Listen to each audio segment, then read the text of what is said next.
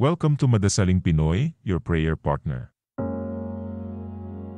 Ngayon ay ikatlong linggo sa panahon ng pagdating ng Panginoon.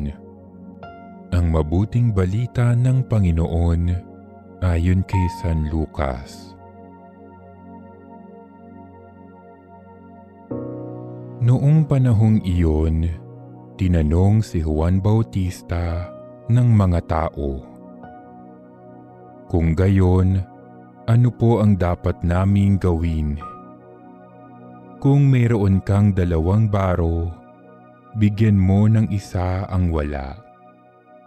Ganyan din ang gawin ng mga may pagkain," tugon niya. Dumating din ang mga publikano upang pabinyag at itinanong nila sa kanya, "Guro, ano po ang dapat naming gawin?" Sumagot siya, "Huwag kayong sumingil ng higit sa dapat singilin." Tinanong din siya ng mga kawal, "At kami, ano naman ang dapat naming gawin?" Huwag kayong manghihingi kanino man sa pamamagitan ng pamimilit o ng pagpaparatang ng di totoo. Masiyahan kayo sa inyong sahod, sagot niya.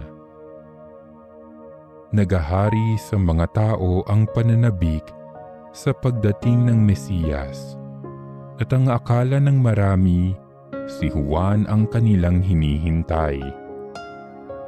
Kaya't sinabi ni Juan sa kanila, "Binibinyagan ko kayo sa tubig, ngunit ang darating na kasunod ko ang magbibinyag sa inyo sa Espiritu Santo at sa apoy.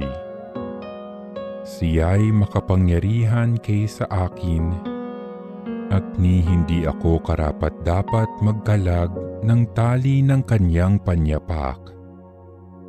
Hawak niya ang kanyang kalaykay upang alisin ang dayami.